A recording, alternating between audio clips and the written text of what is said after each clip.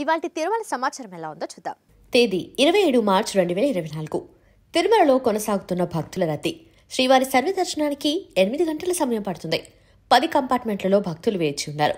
నిన్న స్వామివారిని దర్శించుకున్న భక్తులు 68,563. శ్రీవారి హుండీ ఆదాయం 4.91 కోట్లు. తేదీ 27 మార్చి 2024. తిరుమలలో కొనసాగుతున్న భక్తుల రద్దీ. శ్రీవారి సర్వదర్శనానికి 8 గంటల సమయం పడుతుంది. 10 కంపార్ట్మెంట్లలో భక్తులు వేచి ఉన్నారు.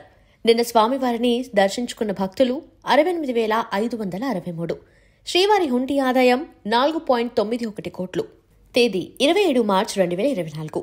తిరుమలలో కొనసాగుతున్న భక్తుల రద్దీ. శ్రీవారి సర్వదర్శనానికి 8 గంటల సమయం పడుతుంది.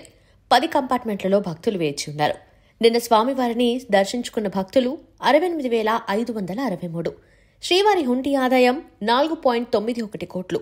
తేదీ 27 మార్చి 2024. తిరుమలలో కొనసాగుతున్న భక్తుల రద్దీ. శ్రీవారి సర్వదర్శనానికి 8 గంటల సమయం పడుతుంది. 10 కంపార్ట్మెంట్లలో భక్తులు వేచి ఉన్నారు. నిన్న స్వామివారిని దర్శించుకున్న భక్తులు 68,563. శ్రీవారి హుండీ ఆదాయం 4.91 కోట్లు. ఇది ఇవాల్టి తిరుమల సమాచారం.